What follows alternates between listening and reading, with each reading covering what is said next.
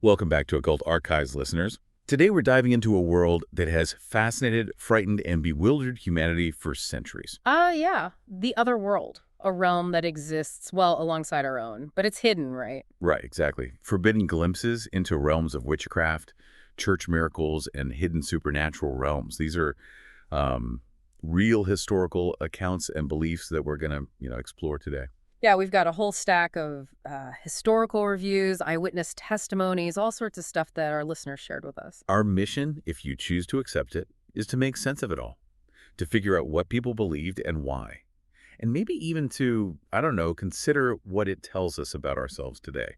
What do you say? You ready for this? Oh, absolutely. Let's dive in. All right. So we're starting our exploration with, let me see, an 1872 edition of the Westminster Review. And it grapples with a pretty fundamental question. Can humans really understand God? No, that's a big one. Yeah, the reviewer basically says, look, we're created beings. God is the creator. So our ability to fully comprehend something so utterly beyond our own existence is inherently restricted. It's like trying to pour the ocean into a teacup. You just can't do it. Exactly. Right. There's no way to contain the infinite within the finite. That's the point they're making. It's a humbling thought indeed. I mean, it suggests, that there are just some things, some mysteries that are simply beyond our grasp. Okay, but hold on, because the same review also throws in this whole other perspective. They call it naturalistic materialism. It's a pretty stark worldview, actually. Oh, yeah. Yeah, like this natural law of the preservation of the fittest. It leads to some pretty chilling conclusions. They even touch upon the idea of eugenics, Oh, wow. Right? The idea that you should actively, weed out the weak from society. It's a very bleak picture. Bleak, exactly. A purely physical world governed by nothing but, cold, hard biology. So you have these two completely different views side by side. The unfathomable mystery of God, and then this harsh, mechanistic view of existence. Yeah. What's a person to believe? It really highlights that inherent human need to find explanations, right? To make sense of the world around us, whether it's through spirituality or through science. I guess so. And it's within that context that the whole concept of miracles becomes so fascinating, so powerful. Well, absolutely. Right? If the natural world operates under these strict laws, then a miracle bends those laws. It suggests something else is at play, something beyond what we can see and measure. Yeah, something potentially divine. Divine, exactly. And that brings us to how the church has historically viewed miracles. Yep. Throughout history, the church has consistently seen miracles as, proof, direct intervention from God, validation of their teachings, and the sanctity of their followers. Oh, yeah. Signs of God's favor. Tangible proof, for the believer at least. Yeah, exactly. Not just luck or coincidence. Our sources actually highlight a fascinating example of this. A fiery cross in the sky. What? A fiery cross. Reportedly seen by thousands of people. Thousands. Yeah. This was in Migné, France, back in 1826. And get this, the eyewitnesses, they swore under oath to the bishop that they saw it. Wow. Right. It suggests, well, at least some kind of powerful shared experience. Of course, we have the skeptics, like David Hume. He basically argued that a miracle, by definition, is a violation of natural law, right? So it's inherently improbable. Yeah, Hume said, our consistent experience establishes these laws, and that makes a pretty strong case against the likelihood of a miracle. Strong case, sure. But some of our sources counter that. They argue, the idea that our experience is unalterable is a bit limiting, What if there are, things we haven't experienced yet, natural phenomena, states of being that are simply beyond our current scientific grasp? I mean, who are we to say it's impossible just because we haven't seen it? That's true. And it's also worth noting that our understanding of the universe, well, it keeps evolving. Evolving, right. Uh-huh. Think about how many things we accept as normal today that would have been considered totally miraculous just a few centuries ago. Yeah, exactly. Let's dive into some specific miracle stories highlighted in our sources. We've got the Thundering Legion from around 176 AD. Christian soldiers, facing certain defeat due to thirst, they pray for water. And guess what? They get a downpour that saves them. And to top it off, at the same time, there's a massive hailstorm and thunder that wipes out their enemies. This event, it's documented by early Christian writers, people like Claudius Apollinaris and Tertullian. Well, what's even more interesting is that even non-Christian sources acknowledge this crazy weather event. No way, really? Yeah. So you have Julius Capitolinus, who was a Roman historian. He attributed it to the emperor's prayers. But then Dionysius Cassius, another historian, he suggested it was, well, Egyptian magic. Huh. Different explanations, but they all agree something extraordinary happened. Precisely. And there's a carving on the Antonine Column in Rome, It depicts a rainstorm saving Roman soldiers. It might be a secular interpretation, but it's still a record of something unusual happening. Okay, so how about this one? Constantine's vision of the cross. This was right before a crucial battle around 312 AD. He sees a cross in the sky with an inscription promising victory. That's a pretty big vision. Big, exactly. Yeah. And he wins the battle, converts to Christianity, and the rest, well, they say, is history. We've got testimonies from Constantine himself, as recounted by Eusebius, Lactantius, and even, get this, a pagan orator named Nazarius, all pointing to some kind of supernatural event. Mm-hmm. Pretty compelling, right? And don't forget, the Arch of Constantine in Rome, it commemorates his victory and attributes it to divine inspiration. It's right there in stone. I mean, this is a key event in the history of Christianity, and it's hard to ignore the convergence of so many different accounts. Christian, pagan, even physical evidence. Right. Okay, let's up the ante a bit. How about stories of divine power, like really extraordinary stuff? Our sources talk about the African confessors in the 5th century. Mm-hmm. They were persecuted by the Vandals, had their tongues and right hands cut off because of their faith. Oh, that's brutal. Brutal, right? But then, get this, they continued to speak. Wow! It was attributed to the gift of the Holy Ghost. And we're not talking just a few whispered words. They apparently spoke clearly and intelligibly.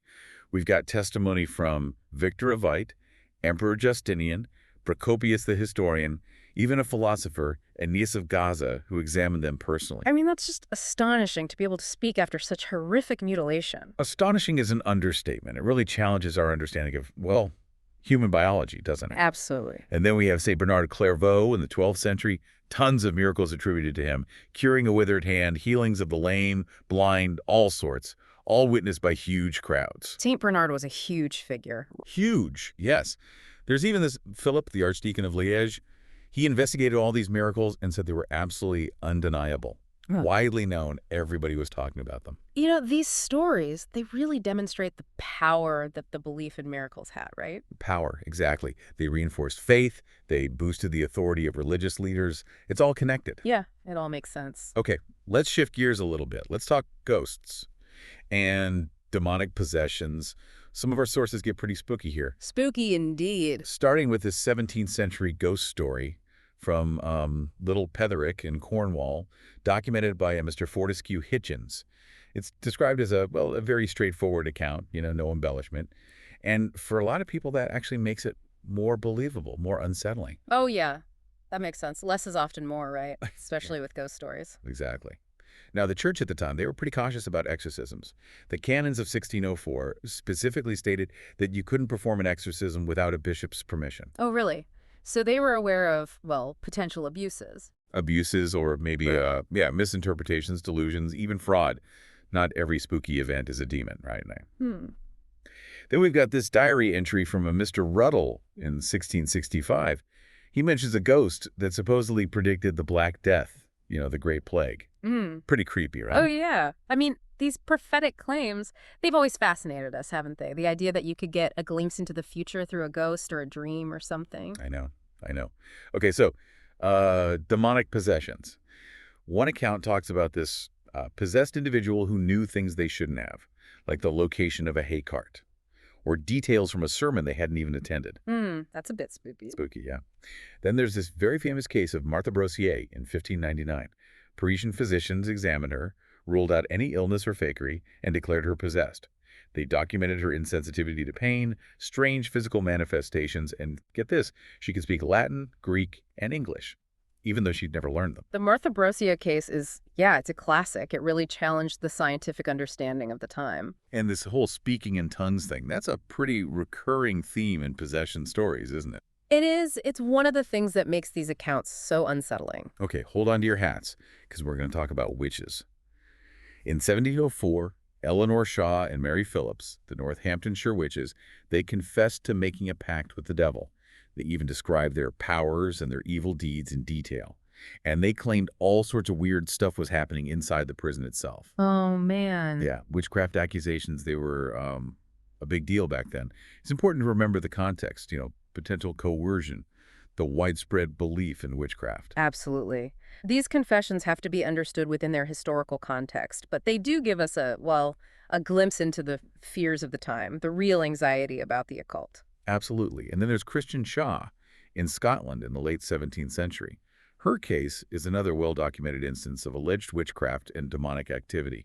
These cases, they were very real to the people involved and had real consequences. Real consequences, yeah. And these were times when the lines between the natural and the supernatural were, well, pretty blurry. Okay, let's change gears again. Let's talk dreams. Okay. Dreams. Dreams have always been kind of mysterious, haven't they? Our sources mention all sorts of different interpretations. Synesius of Cyrene thought they were divine messages. St. Basil, he was more cautious. He said stick to the scriptures. And St. Bernard and St. Thomas Aquinas, they thought dreams could maybe indicate future events. But you had to be careful about demonic influences. Yeah.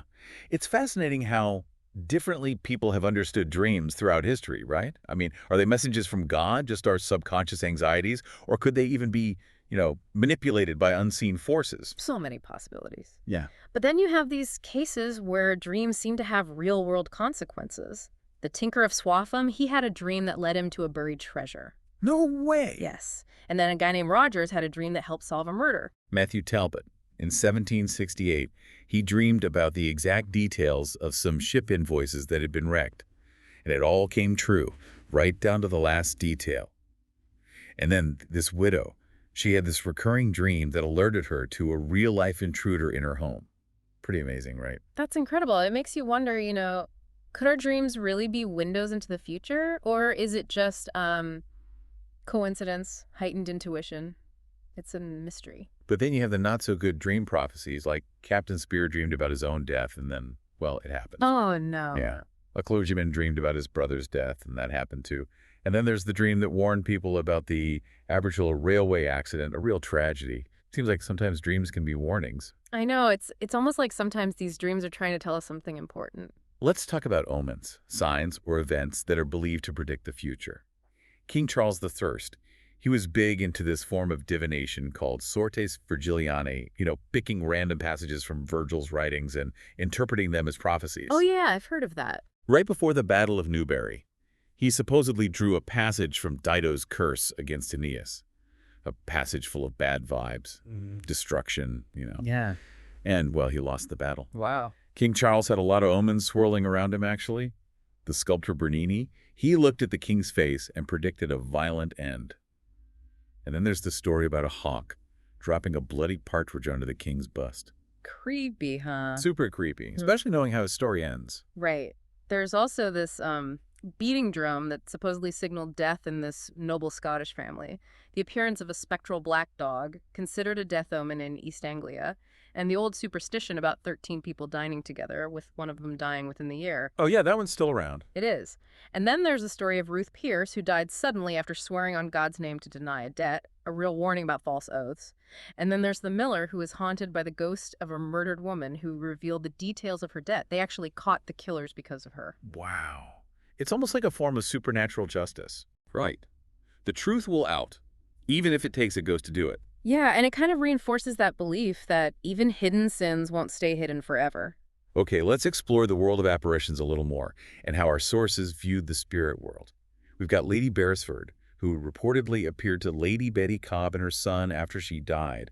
She revealed her deathbed conversion, suggesting that, well, maybe communication from beyond the grave is possible. These post-death appearances, they often provide a lot of comfort to the grieving. Comfort, exactly. They suggest that maybe the connection isn't totally severed and that maybe the soul survives after death. It's a hopeful thought for sure. Then we have Captain Dyke.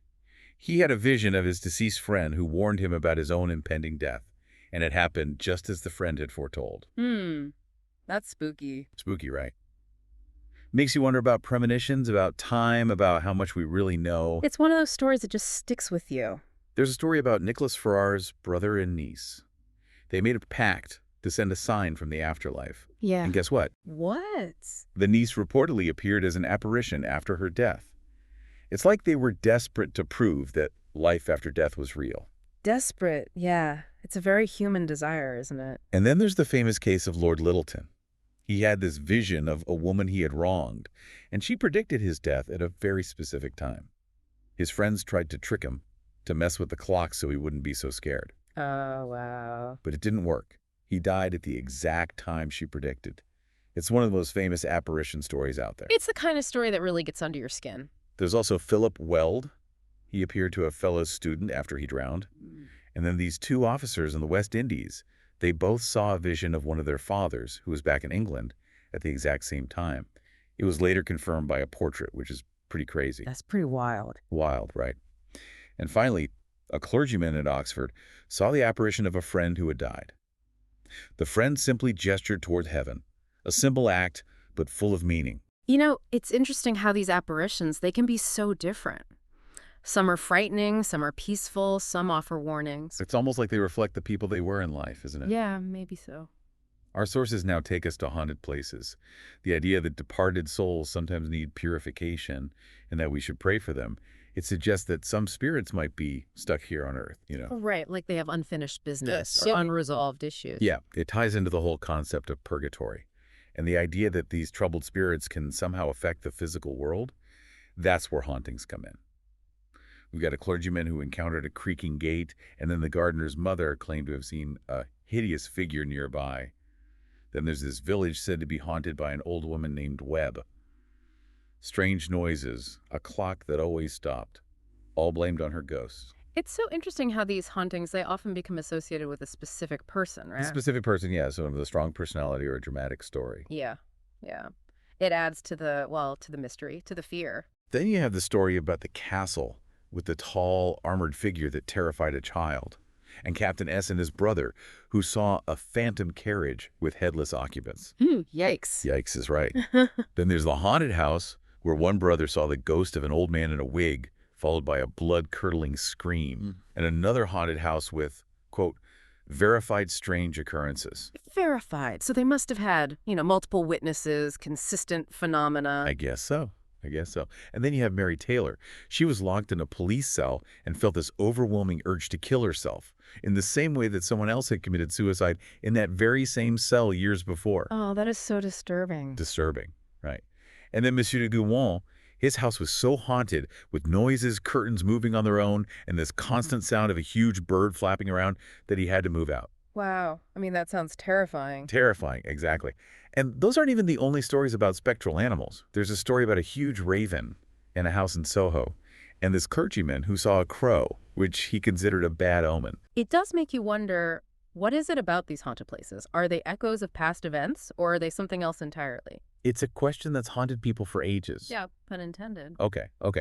Let's move on to something a little more modern, something that really took off in the 19th century. Spiritualism. Our sources talk about how they categorized mediums. Outward manifestations, that's physical stuff, and inward, that's mental communication. And within those categories, you had all these different types of mediumship. Yeah. Physical, trance, speaking, writing, drawing, healing, developing, impressional, and impersonating. It's a whole system. It's fascinating, right? It really shows you how complex the whole spiritualist movement was. Complex, for sure. We've got this Dr. Gully, a physician. He claimed to have seen the famous medium, Mr. Home, levitate. And there's a high church clergyman who had firsthand experiences with these spiritualistic manifestations. Interestingly, our sources point out that often the first communications from spirits were about really superficial things. Maybe it was like a way to hook people in before they got to the more profound stuff. That makes sense, doesn't it? Start with something small, build trust, then get into the bigger issues. Dr. Davy actually believed in spiritualism. He claimed to have received messages from his dead relatives. It must have been comforting for him. Comforting, yeah. And table turning, where they'd ask questions and the table would rap out answers, supposedly from the spirit world. Mr. Chevalier, he documented his experiences with table turning. He claimed to have encountered a negative entity that called itself Beelzebub and said that it reacted really strongly to the name of God. Wow. So even in this modern, organized form of spiritualism, there's still this element of danger. Danger, right. Unpredictable forces. The thing is, spiritualism offered a very different view of death. Not as an end, but as a transition to another realm. Oh, yeah. Not heaven or hell, but something else entirely. Exactly. And Alfred Russel Wallace, the scientist, he actually embraced spiritualism. It allowed him to, accept phenomena that science couldn't explain. Socrates' daemon, oracles, miracles, ghosts, all of it. It's remarkable, isn't it? A man of science finding comfort in explanation in something that was considered, well, pretty fringe. Fringe, but popular. But some of our sources, they wonder if we need, an even bigger theory to explain it all. Professor Huxley, the biologist, he criticized the triviality of some of the spirit communications. Yeah, some of the messages did seem kind of, well, mundane. Mundane, exactly. And finally, we come to the whole question of demonic influence and the dark side of the supernatural. Our sources make it clear they believe in angels and demons, and they point to the devil as a real adversary, citing, St. Peter's warnings about temptation. Oh, yeah. The devil as a real force in the world, that's been a consistent belief for a long time. Consistent, right. And there's this old idea that demons were attracted to women with beautiful hair, maybe tied to some of the things St. Paul wrote. And then there's the medieval belief that philosophers could talk to elemental spirits, like sylphs and salamanders. It's also fascinating, Fascinating, yeah. It shows you how much our understanding of the world has changed and how much hasn't. Right, right. And then there's the whole issue of sorcerers, people with seemingly supernatural powers. How do you explain those stories? You have eyewitness accounts from throughout history, from different cultures, people witnessing phenomena that seem impossible. Like Mr. Lane, he saw this Indian juggler who seemingly materialized a live snake out of thin air. Materialized, wow. These accounts, they force us to confront the limits of what we think we know, don't they? They do. They really do. And then there's the planchette, this device used for divination. It originated in China, but became popular in England, too. Our sources even include an example of what they claim is real spirit writing obtained through the planchette. Spirit writing, it's always a bit creepy. Creepy, for sure. But what's really interesting is this idea that periods of increased superstition are often linked to big intellectual and religious shifts, when the old ways of thinking are being challenged. Yeah, when people are looking for new answers, new sources of meaning. And that's certainly what was happening in Great Britain at the time. The rise of spiritualism, dealing with familiar spirits, it was all part of this bigger cultural upheaval. It all fits together, doesn't it? It really does. So as we wrap up this deep dive, I think it's safe to say that humanity has always been fascinated by the other world, the unseen, the mysterious, the supernatural. Oh, yeah. From divine miracles to ghostly encounters to, well, attempts to actually communicate with the dead. It's all there in our history. These stories, they offer a glimpse into what people believed, what they feared, and what they hoped for. They challenge our assumptions about reality, about what's possible. And they make you wonder, what if there's more to the world than we currently understand? What if there are forces and energies at play that we just haven't discovered yet? What if indeed? And that, my friends, is something for you to ponder until our next deep dive into the occult archives. See you next time. Until then, keep those lanterns lit and those minds open. And watch out for those spectral ravens. You never know what they might be trying to tell you. See you next time. Bye, everyone.